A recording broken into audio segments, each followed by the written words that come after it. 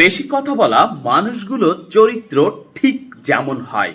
Number ১, বেশি কথা বলা মানুষগুলো খুবই সহজ সরল হয়।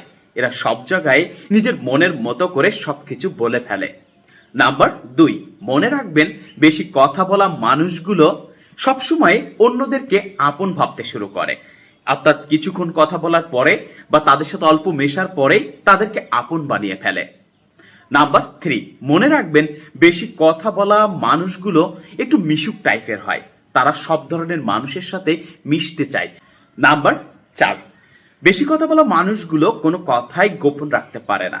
কারণ তারা যেখানেই যাক না কেন ওই কথা বলতে বলতে কথার পরিপ্রেক্ষিতে সবকিছুই, অর্থাৎ তাদের ভিতরে যা রয়েছে গোপন কথা রয়েছে সবকিছুই মানুষের সাথে শেয়ার করে দেয়, খুব সহজ সরল ভাবে শেয়ার করে দেয়।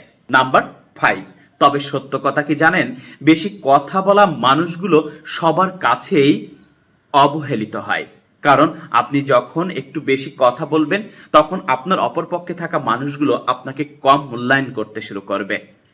নাম্বার ৬, বেশি কথা বলা মানুষগুলো সবসময় নিজেরাই অন্যদের কাছ থেকে বেশি কষ্ট পেয়ে থাকে। কারণ তাদের কথা বলার পরিপ্রেক্ষিতে অন্যরা যে কষ্ট পায় এটা ভেবেও বেশি কথা বলা মানুষগুলো একসময় অনুতপ্ত হয় এবং কষ্ট পায়।